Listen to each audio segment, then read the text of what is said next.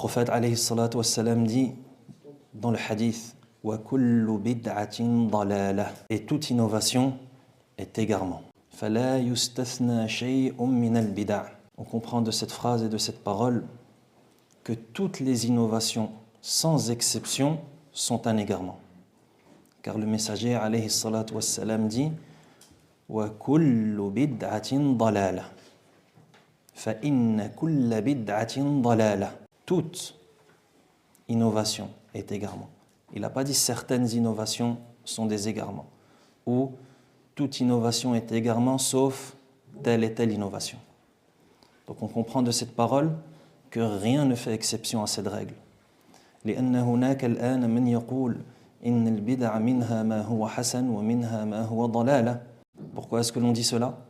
Car il existe des personnes qui disent qu'il y a deux types d'innovation, la bonne et la mauvaise. وهذا خلاف قول الرسول صلى الله عليه وسلم. Et cette parole s'oppose complètement à ce que dit le messager alayhi salatu wassalam. Le prophète alayhi salatu wassalam dit que toute innovation est égarement, et certains disent qu'il y a des bonnes et des mauvaises innovations. Donc cette parole, elle n'est pas acceptée. Pourquoi? Car elle s'oppose à la parole de l'infaillible, sallallahu alayhi wa sallam.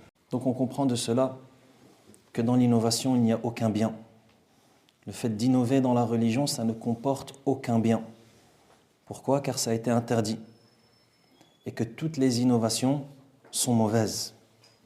Et qu'il ne saurait exister une bonne innovation. كل بدعة ضلالة. فقد روى محمد بن نصر في كتابه السنة بإسناد صحيح عن ابن عمر رضي الله عنهما قال كل بدعة ضلالة وإن رآها الناس حسنة. On rapporte d'Ibn Umar radiallahu anhuma qu'il dit, avec une chaîne de transmission authentique, il dit kullu bid'atin dalalah, toute innovation est égarement, wa in ra'aha an-nasu hasana, et cela même si les gens la considèrent comme un bien ou comme une bonne innovation. وذكر الشاطبي في الاعتصام عن ابن الماجشون قال سمعت مالكا يقول من ابتدع في الإسلام بدعة يراها حسنة فقد زعم أن محمدا خان الرسالة لأن الله يقول اليوم أكملت لكم دينكم فما لم يكن يومئذ دينا فلا يكون اليوم دينا. On rapporte de l'imam Malik rahimahullah, comme le mentionne Ash-Shatibi dans son livre Al-I'tisam. L'imam Malik rahimahullah dit Man ibtada'a fil islami bid'atan yaraha hasana, celui qui commet une innovation qu'il considère comme un bien. Faqad za'ama anna Muhammadan khana ar-risala, il aura sous-entendu et il aura prétendu que Muhammad a trahi la révélation. لأن الله يقول اليوم أكملت لكم دينكم, car Allah Azza wa Jal dit dans le Coran aujourd'hui j'ai parachevé pour vous votre religion. Verset 3, sourate Al-Ma'idah. فما لم يكن يومئذ دينا فلا يكون اليوم دينا. Donc ce qui ne faisait pas partie de la religion à cette époque, c'est-à-dire à l'époque du messager sallallahu alayhi wa sallam, n'en fera pas partie aujourd'hui. Fin de citation. وقال أبو عثمان النيسابوري من أمر السنة على نفسه قولا وفعلا نطق بالحكمة ومن أمر الهوى على نفسه قولا وفعلا نطق بالبدعة. De même qu'on rapporte d'Abu Uthman Naysaburi qui dit celui qui s'impose la sunna tant dans les paroles que dans la pratique, il prononcera la sagesse, alors que celui qui s'impose et qui laisse libre cours à ses passions tant dans les paroles que dans la pratique, il prononcera la bid'a, l'innovation religieuse.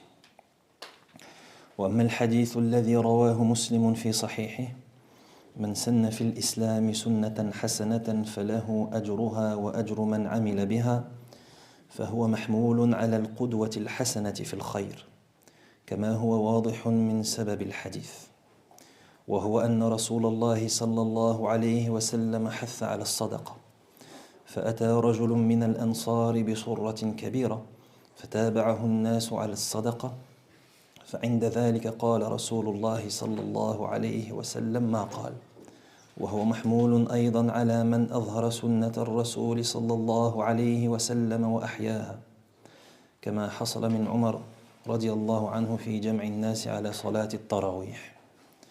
Et pour ce qui est du hadith que l'imam Muslim recueillit dans son authentique, dans lequel le messager d'Allah sallallahu alayhi wa sallam dit Man sanna fil islami sunnatan hasanatan falahu ajruha wa ajru man amila biha, celui qui accomplit une bonne sunna, qui trace une bonne voie, aura sa récompense ainsi que la récompense de toute personne qui la met en pratique. De ce hadith, on ne tire nullement qu'il y a des bonnes innovations.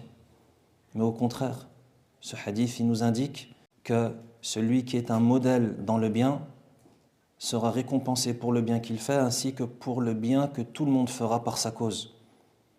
Comme c'est clair lorsqu'on prend conscience de la cause de ce hadith, qui est qu'après que le prophète alayhi salatu wassalam a incité à la sadaqa, une personne est venue et a commencé à donner la sadaqa.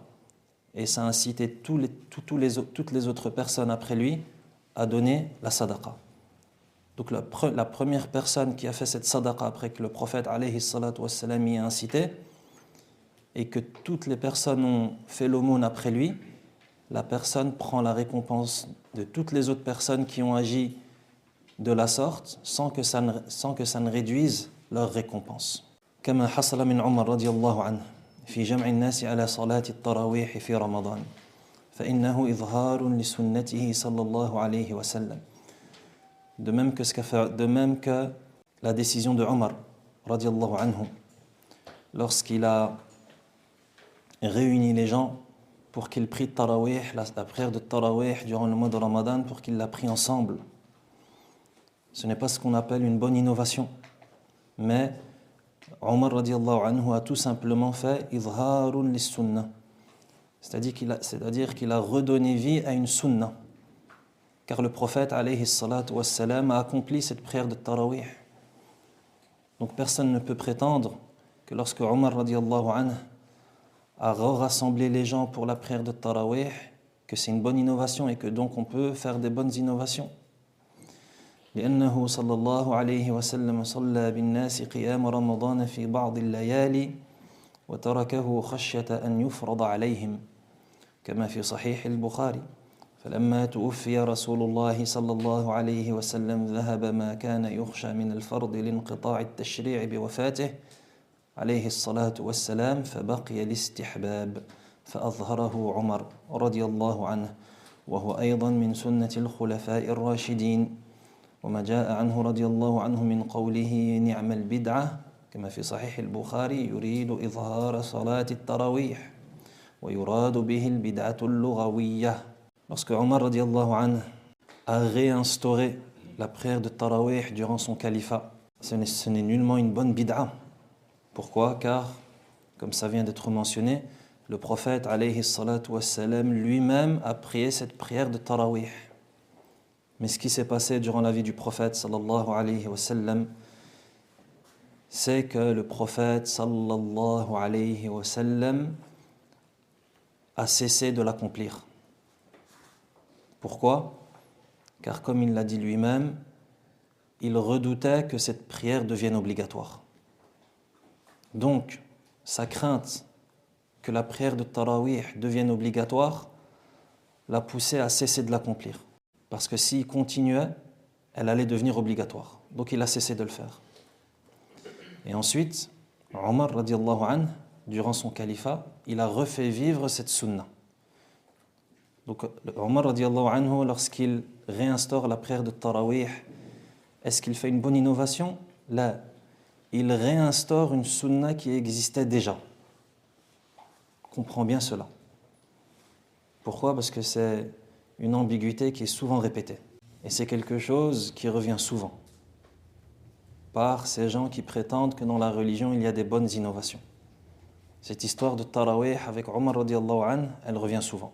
Donc comprends bien les détails pour que tu puisses être éclairé et pour que tu puisses toi aussi éclairer les autres. étant donné que c'est ça notre religion. On doit comprendre, mettre en pratique et propager pour que la réforme ait lieu. Omar radiallahu anhu, il n'a rien fait d'autre que de revivifier, que redonner vie à quelque chose qui existait déjà. Pourquoi redonner vie? Parce que comme ça vient d'être expliqué, cette sunna, elle s'est interrompue. Pourquoi est-ce qu'elle s'est interrompue? Parce que le prophète, c'était la volonté du prophète que cette pratique s'interrompe par miséricorde pour sa communauté, pour pas que ça ne devienne obligatoire. Après la mort du prophète, est-ce que quelque chose peut devenir obligatoire alors qu'il ne l'était pas? Là. Pourquoi? Parce qu'après la mort du prophète, la révélation est terminée. Donc, ce qui est obligatoire reste obligatoire et ce qui est surérogatoire reste surérogatoire. Donc après la mort du prophète, cette crainte qu'avait le prophète, sallallahu alayhi wa sallam, elle n'existe plus. Ça veut dire que même si tous les musulmans se mettent à prier salat al-tarawih, elle va rester surérogatoire comme elle. Elle ne pourra pas devenir obligatoire. C'est-à-dire qu'après, si les gens veulent la prier, il n'y a aucun mal. Pourquoi? Parce qu'il n'est plus possible qu'elle devienne obligatoire. Et ça, c'est quelque chose qu'on doit comprendre. Si on arrive à bien comprendre cela, ça va nous éclairer sur beaucoup de questions concernant la bid'a. La sunna du messager, alayhi salatu wassalam, il y a des éléments qu'on appelle sunnatun tarkiyya. Il y a des choses dans la sunna qu'on appelle sunnatun tarkiyya, c'est-à-dire une sunna de délaissement. Qu'est-ce que ça signifie? Ça signifie qu'il y a des choses dans la sunna du messager, alayhi salatu wassalam, dont ce qui est exigé de nous, c'est de les délaisser. Et c'est quoi cette sunna de délaissement? C'est tout ce qu'a délaissé le prophète sallallahu alayhi wa sallam de manière volontaire. Exemple, ou plutôt, quelles sont les règles? Quelle est la règle qui va nous permettre de dire que telle chose c'est une sunna de délaissement et que telle autre chose ne l'est pas? Retiens bien cela. Tu as deux règles, tu as deux causes. La première, c'est la présence du motif. Et deuxièmement, c'est l'absence de l'obstacle. Retiens bien ça. Premièrement, la présence du motif. Deuxièmement, l'absence de l'obstacle. Qu'est-ce que ça signifie? Ça signifie que le prophète sallallahu alayhi wa sallam, lorsqu'il a délaissé une pratique religieuse, alors que le motif, la chose qui motive l'accomplissement de cette pratique, il est là. Et il n'y a aucun obstacle qui empêche le prophète alayhi salatu wassalam de le faire. Donc, dans ces deux conditions, si ces deux conditions sont réunies et que malgré cela, le prophète sallallahu alayhi wa sallam n'accomplit pas cet acte, on dira de cet acte qu'il est sunnatun tarkiyya.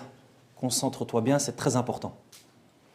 On dira de cet acte qu'il est sunnatun tarkiyya. C'est-à-dire c'est une sunna, ça fait partie de la religion de délaisser cet acte. Exemple, le prophète alayhi salatu wassalam nous a enseigné et a prié la salat de l'Eid. Durant la salat de l'Eid, est-ce que le prophète alayhi salatu wassalam faisait al-adhan et l'iqama? Ou bien est-ce que le prophète alayhi salatu wassalam disait à son muadhin, Bilal par exemple, de faire l'adhan et l'iqama? Lorsque vous priez l'Eid, est-ce qu'il y a un adhan le jour de l'Eid? Vous avez des doutes? Est-ce qu'il y a un adhan le jour de l'Eid? Il n'y a pas d'adhan le jour de l'Eid. Fais attention au prochain Eid, Inch'Allah, si on vit. Est-ce qu'il y a un iqama le jour de l'Eid? Il n'y a pas. L'imam, dès qu'il arrive, qu'est-ce qu'il fait? Il prie la prière de l'Eid et ensuite, il fait sa khutbah. N'est-ce pas? Donc, fait partie de la religion que de délaisser al-adhan le jour de l'Eid. C'est donc une sunna qui est tarkiyya. C'est donc une pratique prophétique qui va consister à délaisser quelque chose. Pourquoi est-ce qu'on dit cela? Parce que le prophète, alayhi salatu wassalam, le jour de l'Eid, est-ce qu'il y a un motif à faire l'adhan? Il y a un motif. C'est quoi le motif? La prière. Il y a un motif, il y a une raison pour faire l'appel à la prière. C'est quoi cette raison? C'est la prière de l'Eid. Donc le motif, il est là. Est-ce qu'il y a quelque chose qui empêche le prophète, alayhi salatu wassalam, de dire à Bilal de faire l'adhan? Rien n'en empêche. Le muazzin, il est là, et rien n'empêche de dire au muazzin, fais l'appel à la prière, ya Bilal. Donc les deux conditions, elles sont réunies ou pas? Elles sont réunies. Donc si ces deux conditions sont réunies, ça veut dire que faire l'appel à la prière le jour de l'Eid, c'est une sunna de le délaisser. Et ça fait partie de la religion que de le délaisser. Jusqu'ici, c'est compris. Taïb. Passe à la prière de Tarawih. Est-ce que la prière de Tarawih, durant la vie du prophète, alayhi salatu wassalam, le motif était présent? Le motif est présent ou pas? Le motif est présent. C'est le mois de Ramadan, c'est un mois d'adoration. Donc, la raison qui pousserait, ou qui inciterait, ou qui expliquerait que cet acte d'adoration qui est Salat al-Tarawih soit instauré, la raison elle est là. C'est le mois de Ramadan et il est bien de prier, etc. Donc la raison elle est là. Est-ce qu'il y a une raison, ou plutôt est-ce qu'il y a un obstacle ou une raison qui empêcherait de le faire? Est-ce quelque chose qui empêcherait de le faire? La prière de Tarawih? Non. Qu'est-ce qui empêche de le faire? La crainte que ça devienne une obligation. Donc est-ce que la prière de Tarawih, c'est une sunna de la délaisser? Là. Parce qu'elle ne répond pas à la deuxième condition. Taïb, continue le raisonnement. Après la mort du prophète sallallahu alayhi wa sallam, est-ce que la raison qui a empêché le prophète sallallahu alayhi wa sallam de continuer cette pratique, la deuxième condition qu'on a perdue durant la vie du prophète sallallahu alayhi wa sallam, est-ce qu'elle est toujours présente après la mort du prophète sallallahu alayhi wa sallam? Là. Pourquoi? Parce que qui dit mort du prophète, qu'Allah le couvre d'éloges et le salue, dit l'interruption de la révélation. Il n'y a plus de législation. C'est fini. La législation, elle est terminée. Le dossier, il est clos. Ce qui est interdit est interdit. Ce qui est obligatoire est obligatoire. Ce qui est recommandé restera recommandé jusqu'au jour de la résurrection. Donc, ce qui empêchait le prophète alayhi salatu wassalam, de faire cela durant sa vie n'est plus présent après sa mort. Donc, il n'y a plus de mal à le faire. Donc, c'est une sunna de l'accomplir, pas de la délaisser. Donc, ce n'est pas une bid'a. Si on a compris ce raisonnement, ça nous ouvre les portes aux voies de compréhension à beaucoup de choses qui sont dites dans ce sujet afin de brouiller les pistes. Et ça va nous permettre de faire la différence entre ce qui est sunna et ce qui est bid'a. Et ce qui est sunna de délaisser et ce qui est sunna de faire, etc., etc. Donc comprends bien cette règle, médite dessus, mémorise-la, car Inch'Allah elle te sera profitable. Qu'Allah Azza wa Jal nous accorde à tous une science et un savoir profitable.